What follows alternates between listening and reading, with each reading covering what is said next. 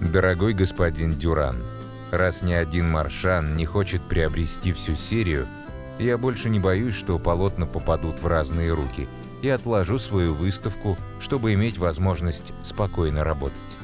Из письма Клода Моне Дюран Рюэлю. 2 мая 1894 года.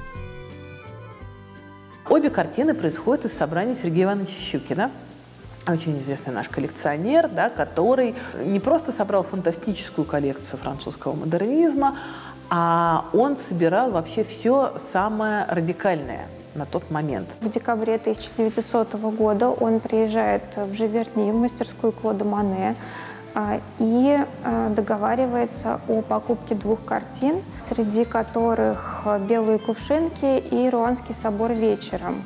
Это как раз те картины, которые Клод Моне планировал оставить себе, но Сергей Щукин оказался весьма убедителен и уговорил художника продать ему эти картины. Чтобы закрепить сделку, он оставляет свой автограф карандашом на обороте картины «Руанский собор вечером». Это такая беспрецедентная история, потому что не существует другой картины, на которой Сергей Щукин оставил бы свою подпись.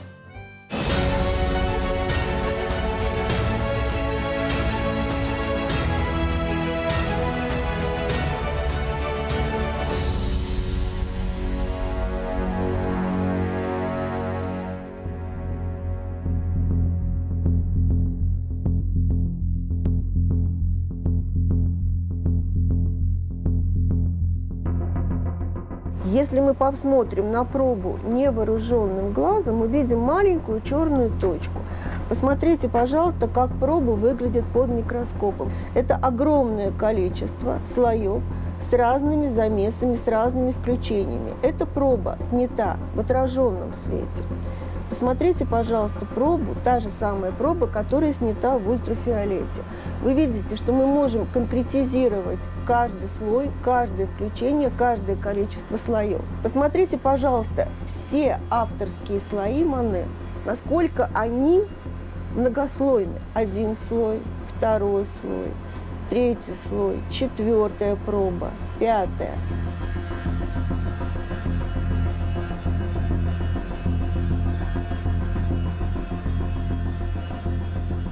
Это верхний красочный слой, промежуточный красочный слой.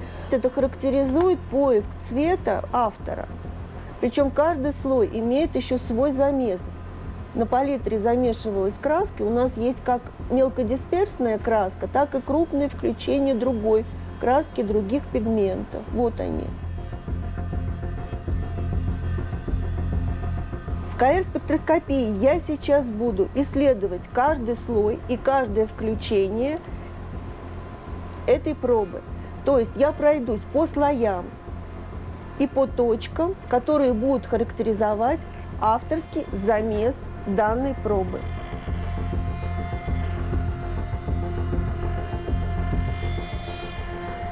Смотрите, пожалуйста, насколько проба минимальна.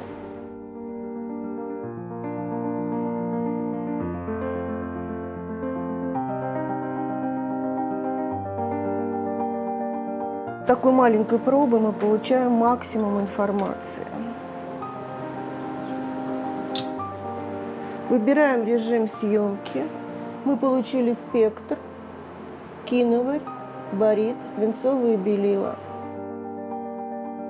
В чем уникальность этих данных? То, что мы видим замес пробы. Мы выявили все замесы, раскрывающие палитру художника. В этой палитре что характерно? Характерно наличие киновари во всех пробах, наличие цирулиума и наличие красителей. Исследователи отмечают, что все картины подписаны 1894 годом. Разумеется, Моне не мог все 30 картин закончить в 1994 году. Конечно. И, вероятно, когда он уже завершил свою работу над серией, он ее решил подписать. Подпись, естественно, он наносил красками, которые перемешивал на палитре. На одной и другой картине несколько отличаются. Если бы он подписывал их все, то, скорее всего, он сделал бы одну краску и подписал бы их все. Здесь они все-таки немножко разнятся. Я думаю, что уже отчасти эта теория покосилась. Но мы взяли анализ на связующий и посмотрим по липидному профилю Вот совпадет ли он буквально или не совпадет.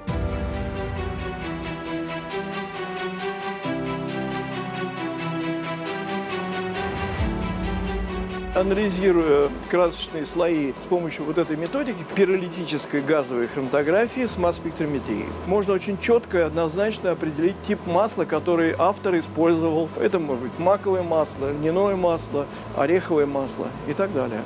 По соотношению жирных кислот и продуктов окисления в результате проведения подобного анализа мы можем сказать о степени окисленности и, в принципе, о времени создания картины.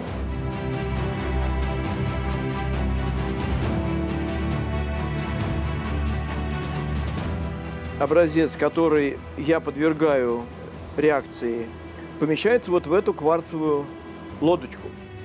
Я прочищаю эту лодочку с помощью обычной газовой горелки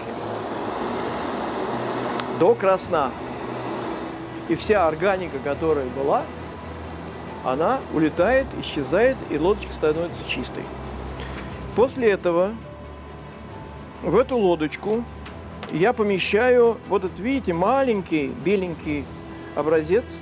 Это образец живописного материала. Лодочку с образцом избытком реактива гидратовой окиси триметиламония я помещаю в специальное устройство для нагрева образца до температуры 600 градусов Цельсия. Лодочка с образцом и реактивом, помещенная в нагревательный элемент, перемещается и погружается в Оуэн, нагретый до 315 градусов Цельсия для проведения реакции пиролиза.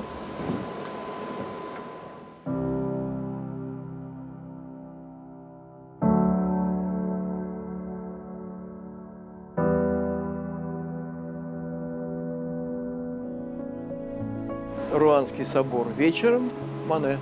Перед вами законченная пирограмма образца грунта. Все пики – это компоненты.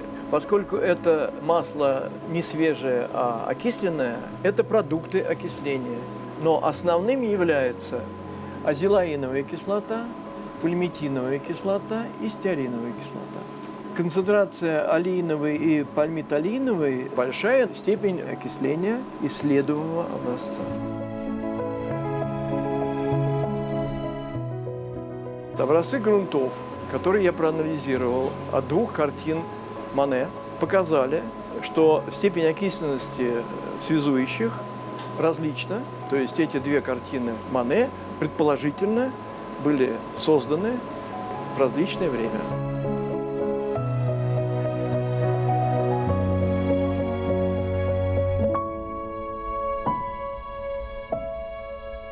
Собор, который вечерний, был написан раньше. И написан он был с использованием, например, фиолетового кобальта. А вот в дневном соборе фиолетового кобальта, такого любимого Мане пигмента, его нет. Мы развенчали некоторый миф, который создала одна английская статья, сделанная Национальной галереей Лондона в 90-е годы о технологии Мане, о том, что он использовал желтый кадмий, такой яркий канареечно-желтого цвета пигмент, когда у него развилась катаракта, то есть на закате своей карьеры. Но мы нашли их в соборе, а собор он писал, когда ему было между 50 и 54 годами. То есть желтый кадмий был найден в обоих соборах. Это вот одно из основных, что мы выяснили. Второе. Один собор написан в несколько приемов. То есть он написан в 2, 3, 4 слоя. Это собор, который вечерний, а собор, который дневной, над ним он работал очень долго. В нашем каталоге французской живописи приводится письмо Мане, в котором он пишет, что собор его мучил. Он казался ему то синим, то желтым, то зеленым. И вот микрошлифы красочного слоя, где мы видим всю послойную структуру, мы видим, что вот как бы не об этом соборе шла речь, потому что он много раз его переписывал по-сухому, постоянно внося правки, не меняя композиции, но он гораздо плотнее этот собор, плотнее написан, многослойнее, и это подтверждается рентгеном, ну и так далее. И в любом случае, конечно, очень, мне кажется, замечательно, что мы взялись за исследование этих соборов. И, в общем, в этом смысле мы оказались первыми, судя по всему, людьми, которые взялись за исследование таких работ и этой серии. И действительно, хочется надеяться, что когда-нибудь мы выйдем на международный уровень и все вообще соберем огромную конференцию по серии «Руанские соборы», международную. Хотя по этой серии можно было бы просто изменить угол зрения на импрессионизм и издать какую-то книгу, сделать выставку и вообще понять про импрессионизм гораздо больше, чем сейчас в общественном и даже в сознании профессионалов давлеет представление. Ну, видимо, это все нам предстоит.